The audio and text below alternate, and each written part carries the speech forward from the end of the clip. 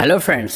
तो इस कहानी के स्टार्ट में हमें उस वक्त को दिखाया जाता है जब गॉड इस दुनिया पर राज किया करते थे। तब गॉडेस ने कसम खाई थी कि मैं अपने लोगों का ख्याल रखूंगी और हमेशा उनकी हिफाजत करूंगी। इस मिशन के लिए वो अपनी पावर्स, जिसका नेम कॉस्मिक था, उसे इस्तेमाल करके कुछ नाइट्स बनाती है, यानी कि कुछ गार्ड्स बनाती है जो कि लोगों की हिफाजत करेंगे। वो नाइट्स गॉडेस की कॉस्मिक पावर का इस्तेमाल करके दुश्मनों से लड़ते हैं और बड़ी आसानी से उन्हें हरा देते हैं। लेकिन जैसे जैसे वक्त गुजरता गया, इंसानों ने गॉडेस और गॉड को बुला दिया जैसे वो कभी थे ही नहीं। लेकिन 18 साल के बाद वही गॉडेस इंसान के रूप में पैदा हुई। तभी गोल्डन नाइट्स अपनी जान देकर उस बच्ची की जान बचाई। इसके बाद हमें प्रेजेंट टाइम को दिखाया जाता है, जहां हम एक लड़के को देखते हैं जिसका नेम सेया है, जो कि सड़क पर रहता है क्योंकि उसके रहने के लिए कोई जगह मौजूद नहीं थी। वो अपनी बड़ी बहन को हमेशा याद किया करता था, जो कि लापता है, और हर वक्त उसे ढूंढने की कोशिश में लगा रहता था। जब वो अपनी बड़ी बहन की तस्वीर देख रहा था कि एक आदमी जो फायर रिंग का मालिक था वो वहां आता है। वो सेया को आकर कहता है कि तुम्हारे लड़ने का वक्त आ गया है, इसलिए सेया रिंग की तरफ जाने लगता है।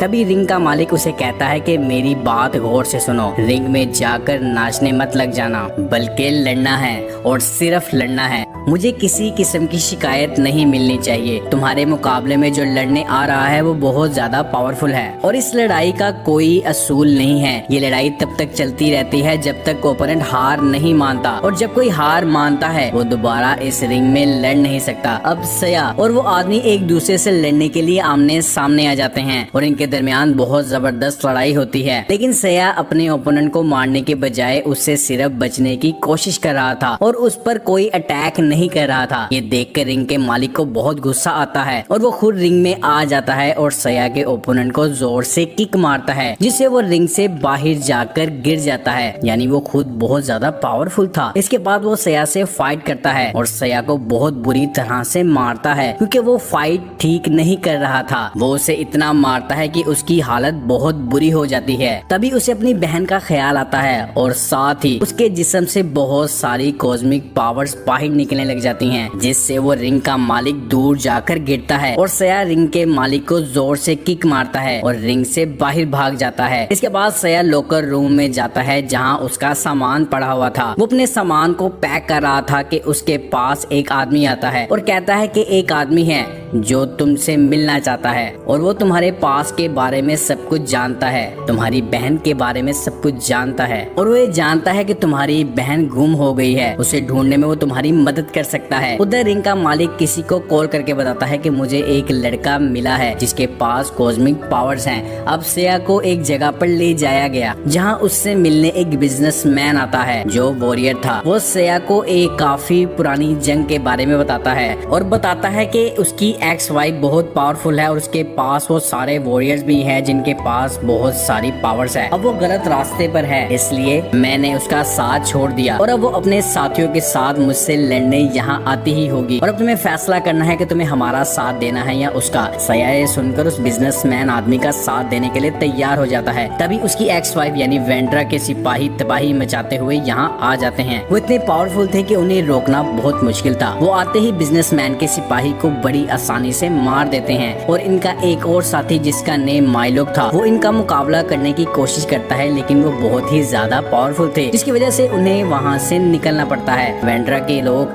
हेलीकॉप्टर के जरिए इन पर फायरिंग करते हैं, लेकिन किसी तरह से वो सभी अपनी जान बचाकर वहाँ से बच जाते हैं और साथ ही सेया को बेहोश कर देते हैं। तभी सेया को एक विजन आया कि जब सेया एक छोटा बच्चा था तब उसकी बहन उसे अलमारी में छुपा रही थी और उसे कहती है कि कुछ भी हो जाए यहाँ से बाहर मत निकलना। तभी वहाँ ब्लास्ट होता है और अलमारी का दरवाजा बंद हो जाता है। इसके बाद बहुत सारे सिपाही अंदर आए और वो सिपाही सेया की बहन को पकड़कर अपने साथ ले गए। यहाँ सेया ने वेंड्रा को भी देख लिया और अब जैसे ही उसे होश आता है तो वो देखता है कि वो एक प्लेन में था। सेया को कुछ भी समझ नहीं आ रही थी और वो सब कुछ जानना चाहता था। तभी वो आदमी उसे बताता है कि मैं एक वॉरियर हूँ और इससे पहले मैं एक बिजनेसमैन था।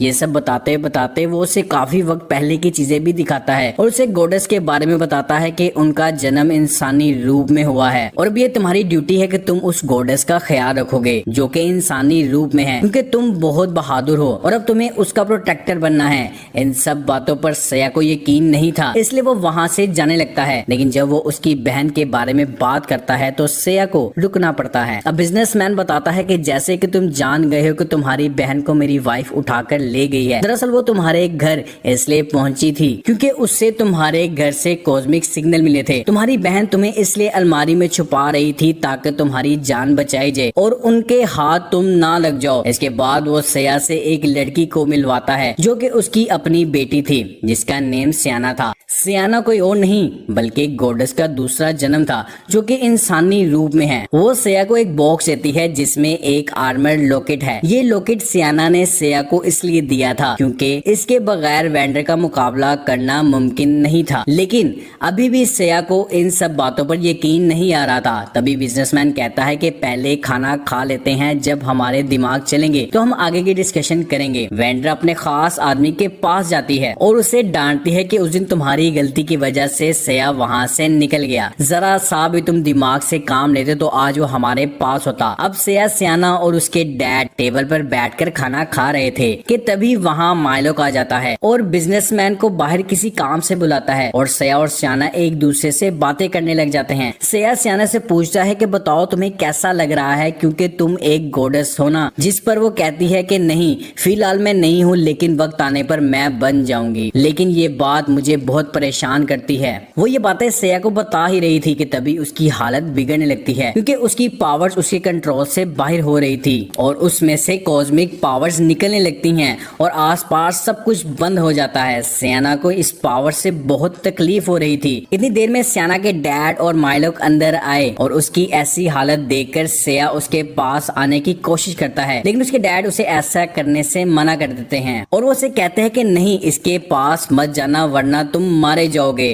जैसे ही सियाना नॉर्मल हुई तो सया पूछता है कि आखिर सियाना को क्या हुआ था। सियाना के डैड उसे बताते हैं कि ये गॉडेस का दूसरा रूप है क्योंकि जिस्म इंसान का है लेकिन कॉस्मिक पावर बर्दाश्त करना बहुत मुश्किल है। क्योंकि उसका जिस्म इंसान का है इसलिए उसके लिए कॉस्मिक पावर्स को बर्दाश्त करना बहुत मुश्किल है। जैसे इस बिल्डिंग के सेंसर्स को कॉस्मिक पावर का पता चलता है, ये बिल्डिंग खुद को लॉक कर देती है ताकि ये सिग्नल्स बाहर ना जाएं और वेंड्रा को इस जगह के बारे में ना पता चले। सियाना उसे कहती है कि ऐसे समझ लो कि मैं यहाँ एक कैदी हूँ और कैदी वाली जिंदगी गुजार रही हूँ। इधर रिंग का मालिक सया को मारना चाहता था लेकिन वेंड्रा के मुताबिक उसमें इतनी पावर्स नहीं थी कि वो सया को मार पाए, जिस पर रिंग के मालिक और वेंड्रा के एक सिपाही के दरमियान लड़ाई होती है जिसमें वेंड्रा का सिपाही उसे बहुत मारता है लेकिन रिंग का मालिक फिर भी हार नहीं मानता, जिस पर वेंड्रा समझ जाती है रिंग का मालिक काफी पावरफुल है लेकिन इसमें इतनी भी पावर्स नहीं है कि वो सया का मुकाबला कर पाए, जिसके लिए वो अपनी नई टेक्नोलॉजी का इस्तेमाल करने का फैसला करती है। उधर सया और सियाना एक दूसरे से बात करते हैं और उस दिन को याद करते हैं जब कुछ लोग उसे मारने की कोशिश कर रहे थे। तब गोल्डन नाइट्स ने अपनी जान देकर उसकी जान बचाई थी। सियाना बताती है कि जैसे कि मैं गॉडेस का दूसरा रूप हूँ तो जाहिर है कि मैं वेंड्रा और उसके हस्बैंड की असली बेटी नहीं हूँ। उन्होंने बस मुझे गोद लिया है लेकिन मेरी मोम यानी वेंड्रा हमेशा अपने मकसद यानी टेक्नोलॉजी को पाने में लगी रहती थी और उनके हस्बैंड ने बाप बनकर मेरा ख्याल रखा। सया बताता है कि मेरी बहन भी बहुत बहादुर थी, वो हमेशा मेरा ख्याल रखती थी। जिसके बाद सया फैसला करता है कि मैं एक अच्छा नाइट बनने के लिए सिल्वर नाइट से ट्रेनिंग लूंगा। इससे मैं अपनी कॉस्मिक पावर्स को भी इस्तेमाल कर लूंगा और अपनी बहन को भी ढूंढ लूंगा। रात में वेंड्रा का खास आदमी उससे पूछता है कि आपने नई टेक्नोलॉजी का इस्तेमाल करने का फैसला क्यों किया और वो भी रिंग के मालिक पर। तो वेंड्रा जवाब देती है कि ये टेक्नोलॉजी इस्तेमाल करना जरूरी है क्योंकि इसके बगैर ना तो हम सया को ढूंढ पाएंगे और ना ही हरा पाएंगे और इसके जरिए हमें पता लग सकेगा कि वो लोग कहाँ हैं। क्योंकि ये काम रिस्की है इसलिए मैंने रिंग के मालिक को चुना। अगले दिन सया ट्रेनिंग के लिए निकलने वाला होता है तभी सियाना उसे बहुत सारा खाना देती है। जब सया प्लेन में बैठता है तो माइलोक सया को सियाना से दूर रहने के लिए कहता है। जब वो अपनी मंजिल पर पहुंचते हैं तो सया पूछता है कि मुझे आगे कहाँ जाना जाना है, जिस पर माइलो इशारा करता है और बताता है कि तुम्हें इस तरफ जाना है। इसके बाद सेया चट्टान पर चढ़ने लग जाता है और आखिरकार ऊपर जाने में कामयाब हो जाता है, जहां उसे सिल्वर नाइट मिलती है। यहाँ सेया सिल्वर नाइट को बताता है कि मैं भी एक नाइट हूँ, लेकिन इतना ट्रेन नहीं हूँ, बल्कि यहाँ ट्रेनिंग लेने के लिए आया हूँ। जिस पर सिल्वर नाइट उसे बताती है कि अगर तुम एक नाइट हो तो तुम्हें पता होना चाहिए कि आगे क्या करना है, यानी गॉडेस की हिफाजत के बारे में पता होना चाहिए, जो कि इंसानी रूप में है, यानी सियाना की। सेया कंफ्यूज हो जाता है क्योंकि वो यहाँ ट्रेनिंग के बाद अपनी बहन को ढूंढने वाला था, इसलिए नहीं कि गॉडेस की हिफाजत करे। इस पर सिल्वर नाइट उसे ट्रेन करने से मना कर देती है, जिस पर सेया उसे कहता है कि मुझे माफ कर दो, मैं कोशिश करूंगा, मुझे एक मौका और दो। जिस पर सिल्वर नाइट उसके सामने एक पत्थर को रखती है और उसे तोड़ने के लिए कहती है। यहाँ सेया उसे अपने हाथों से तोड़ने की कोशिश करता है, लेकिन उसके अपने हाथ पर चोट लग जाती है। अब नाइट उसे कहती है कि तुम्हारे अंदर जो पावर्स हैं उसे महसूस करो, यानी कि अपनी कॉस्मिक पावर्स को फील कर लो। लेकिन इसी दौरान उसे अपनी बहन का ख्याल आने लगता है, जिसमें उसकी बहन की यादें उसे ऐसा करने से रोक देती हैं। वो फोकस करने की कोशिश करता है। ये देखकर सिल्वर नाइट उसे आगे ट्रेनिंग देने के लिए मान जाती है। उधर वेंड्रा ने अपनी नई टेक्नोलॉजी को रिंग के मालिक पर इस्तेमाल कर लिया था, इससे वो काफी ज्यादा पावरफुल हो चुका था। इधर ट्रेनिंग में सेया सिल्वर नाइट से लड़ने की बहुत कोशिश करता है, लेकिन सिल्वर नाइट उसे बार बार हराती रहती है। सेया को उठा उठाकर दूर दूर फेंकती है और फिर उसे समझाती है कि कॉस्मिक पावर्स ही तुम्हारी असल पावर्स हैं, तुम्हें इसे बाहर लाना होगा। सियाना एक सपना देखती है कि कॉस्मिक पावर्स उसके अंदर से बाहर आने लग गई हैं और वो उसके कंट्रोल से बाहर थी और इस वजह से सारी दुनिया तबाह हो गई है। ये देखकर वो जोर जोर से चिल्लाने लगती है। तब उसके डैड जल्दी से उसके पास आ जाते हैं और पूछते हैं कि क्या हुआ है, और फिर वो अपने सपने के बारे में बताती है कि सारी दुनिया तबाह हो गई है और ये सब करने वाला कोई और नहीं बल्कि गॉडेस थी।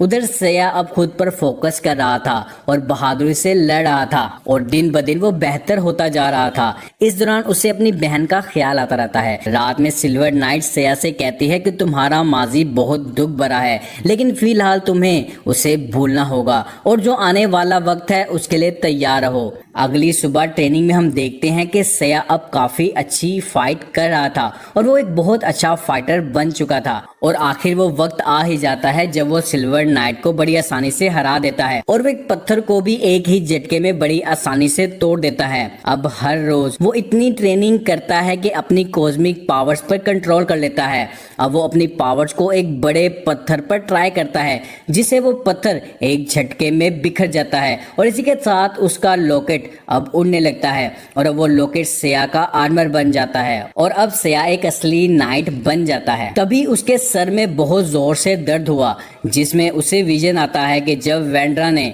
उसकी बहन को किडनैप किया था तो वेंड्रा के साथ सियाना के डैड भी थे, जिससे वो समझ गया कि मेरी बहन को अगवा करने में वेंड्रा के हस्बैंड का भी हाथ है। इसलिए से बहुत गुस्सा आता है। अब वो सियाना के घर आता है ताकि उसे जवाब मिल सके कि आखिर उसने ऐसा क्यों किया। जब वो अंदर जाता है तो माइलोग और सभी साथी उसे रोकने की कोशिश करते हैं, लेकिन तभी यहाँ सियाना आती है जो कि उसे बाइक पर बिठाकर ले जाती है और उसे एक जगह ले जाकर बताती है कि आखिर हुआ क्या था। वो कहती है कि डैड ने जो भी किया तुम्हारी बहन के भले के लिए किया, क्योंकि उस वक्त तुम्हारी बहन बच्ची थी और वो अपनी कॉस्मिक पावर्स को कंट्रोल नहीं कर पाती थी। वो बताती है कि जब मैं बच्ची थी तो मेरे अंदर से कॉस्मिक पावर निकली, जिससे मेरी मोम का हाथ टूट गया। तब मेरे डैड ने गोल्डन आर्मर की टेक्नोलॉजी को इस्तेमाल करके उनके हाथ को ठीक किया, लेकिन उसका एक बुरा असर ये हुआ कि मेरी मोम को तब से जिंदा रहने के लिए कॉस्मिक पावर्स की जरूरत पड़ती है। इसलिए वो ऐसे बच्चों को तलाश करती है जिनमें कॉस्मिक पावर्स होती हैं। मोम ने तुम्हारी बहन को किडनैप कर तो लिया, लेकिन उन्हें बाद में पता चला कि असल पावर उसमें नहीं बल्कि तुम में थी। तब से वो तुम्हारा पीछा भी कर रही है। अब ये बात सामने आ गई थी कि तुम्हारी बहन में कॉस्मिक पावर्स नहीं है, लेकिन फिर भी उसे अपनी हिफाजत में रखा गया क्योंकि उसकी जान को खतरा था। सबको लग रहा था कि वो कुछ छुपा रही है और वो जो कुछ छुपा रही थी वो कुछ और नहीं बल्कि तुम थे। अब मेरी मॉम को पता चल गया था कि गॉडेस का दूसरा जन्म हो गया है, इसलिए मेरे डैड ने कैद किए गए सभी बच्चों को आजाद कर दिया था, जिसमें तुम्हारी बहन भी शामिल थी, क्योंकि गॉडेस की जो कॉस्मिक पावर्स है वो मेरी मॉम के लिए काफी होंगी। माइलोक बताता है कि वेंड्रा अपनी सारी फौज लेकर हमारी तरफ आ रही है। वो कहता है कि मैं अकेला यहाँ रुकूंगा, तुम सब लोग यहाँ से चले जाओ। सियाना सिया से कहती है कि अगर मैंने अपना कंट्रोल खो दिया तो तुम मुझे रोकोगे चाहे कुछ भी हो जाए। तभी वेंड्रा के जहाज वहां पर आने लगते हैं। सियाना अपने डैड को अकेला छोड़कर जाना नहीं चाहती थी, इसलिए वो वापस अपने घर आती है, जहां पर वेंड्रा के सिपाही अंदर चले जाते हैं और सियाना के डैड के सभी सिपाहियों को मार देते हैं। माइलोग जब प्लेन की तरफ बढ़ता है तो उसके सामने भी वेंड्रा के सिपाही आ जाते हैं और यहाँ इनके दरमियान बहुत जबरदस्त फाइट होती है। वेंड्रा यहाँ अपने हस्बैंड से मिलती है और यहाँ वो अपने पास के बारे में बात कर रहे थे कि तभी यहाँ सियाना और सिया आ जाते हैं। अब रिंग का मालिक वेंड्रा के हस्बैंड को बहुत बुरी तरह से मारता है और बाहर भी सिया और वेंड्रा के सिपाहियों के दरमियान काफी जबरदस्त फाइट हो रही थी, जहाँ सिया उन सिपाहियों को मारता है। तभी वहाँ सिया से लड़ने के लिए रिंग का मालिक आ जाता है, जिसे देखकर वो भी अपना आर्मर एक्टिवेट करने की कोशिश करता है ताकि वो उससे लड़ सके, लेकिन किसी वजह से वो आर्मर एक्टिवेट नहीं होता। सिया बगैर आर्मर के रिंग के मालिक से फाइट करता है, लेकिन वो ज्यादा देर तक टिक नहीं पाता। इधर पायलट भी सभी सिपाहियों को मार देता है और प्लेन को उड़ाकर बाहर ले जाता है। वेंड्रा के हस्बैंड उसे रोकने के लिए वहाँ ब्लास्ट कर देते हैं, लेकिन फायदा नहीं होता क्योंकि सारी जगह तो तबाह हो जाती है। लेकिन वेंड्रा फिर भी बच जाती है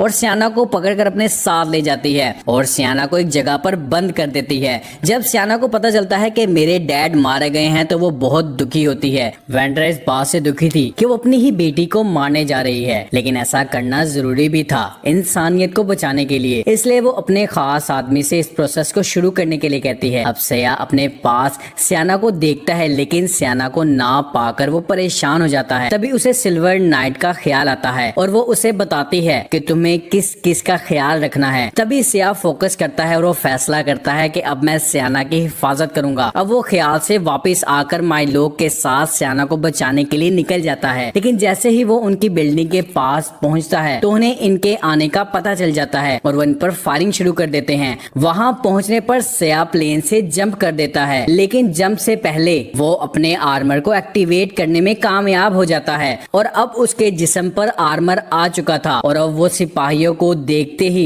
सब सिपाहियों को मार देता है। तभी उसके सामने रिंग ऑनर आता है, लेकिन वो उसे बहुत ही आसानी से मार देता है। अब जैसे ही सियाना को मारने का प्रोसेस शुरू हुआ तो सियाना की मॉम को लगता है कि मैं ये गलत कर रही हूँ। वो अपने आदमी से कहती है कि जल्दी से इस प्रोसेस को बंद कर दो, लेकिन वो इसके लिए इनकार कर देता है। तब वेंड्रा अपने सिपाहियों को ऑर्डर देती है कि उसे रोको, लेकिन उसका साथी अपने असली रूप में उसके सामने आ जाता है और एक नाइट में बदल जाता है और अब उसके जिस्म पर भी आर्मर आ चुका था। वो अपने सामने आने वाले सभी सिपाहियों को मार देता है। अब वेंड्रा भी उसका मुकाबला करने की कोशिश करती है, लेकिन वो वेंड्रा को उठाकर दूर फेंकता है क्योंकि उसकी पावर्स के आगे वेंड्रा की पावर्स कुछ भी नहीं थी। वो वेंड्रा को मारने ही वाला था कि तभी वहाँ सिया आकर उसे ऐसा करने से रोकता है, जिसके बाद इनमें बहुत जबरदस्त फाइट होती है। दोनों के जिस्म पर आर्मर थे और इसमें से कॉस्मिक पावर्स निकल रही थी और वो एक दूसरे को बराबर की टक्कर दे रहे थे। वो इतने पावरफुल थे कि आस पास की बिल्डिंग्स उनकी फाइट से टूटती जा रही थी। दूसरी तरफ वेंड्रा को होश आता है और वो अपनी बची हुई पावर्स का यूज करके इस प्रोसेस को बंद कर देती है, जहां अब सियाना भी अपनी जगह से उठकर हवा में उड़ने लगती है और अब उसके जिस्म से गॉडेस बाहर आ रही थी।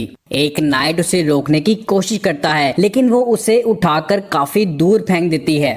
वो अपनी पावर से सियाना से राब्ता करती है और अपना वादा याद करवाती है कि चाहे कुछ भी हो जाए, अगर वो कंट्रोल से बाहर हो गई तो उसे रोकना होगा। तभी सिया उसके पास आकर कहता है कि अगर हम चाहें तो अपनी किस्मत बदल सकते हैं। ये सुनकर सियाना रोने लग गई और खुद पर काबू पा लेती है और गॉडेस को बाहर आने से रोक देती है। लेकिन जब तक सब नॉर्मल हुआ, आस पास का सब कुछ तबाह हो चुका था। सियाना इन सब के बाद बेहोश हो चुकी थी, इसलिए सिया उसे होश में लाता है और सियाना इसके बाद अपनी मॉम के पास जाती है, जहां उसकी मॉम उससे माफी मांगती है कि मैंने तुम पर भरोसा नहीं किया। सियाना अपनी मॉम को माफ कर देती है और अपनी पावर से अपनी मॉम के हाथों को ठीक कर देती है। अब उसकी मॉम हमेशा ठीक रहेंगी और अब उन्हें कॉस्मिक पावर्स की जरूरत नहीं है और अब सियाना अपनी पावर्स को कंट्रोल कर सकती थी। अब सियाना को भी समझ आ गई थी कि गॉडेस को जगाने से बहुत सारे गॉड्स का ध्यान भी हमारी तरफ आ जाएगा, क्योंकि वो खतरनाक हैं। इसलिए उनसे लड़ने के लिए हमें और भी नाइट्स ढूंढने होंगे और उन्हें ट्रेन करके पावरफुल बनाना होगा। और अब जो काम रह गया था वो सिया की बहन को ढूंढना था और इसके बाद वो अपने इस मिशन को भी पूरा कर लेंगे और जंग के लिए बिल्कुल तैयार हो जाएंगे। और इसी के साथ इस मूवी का एंड हो जाता है।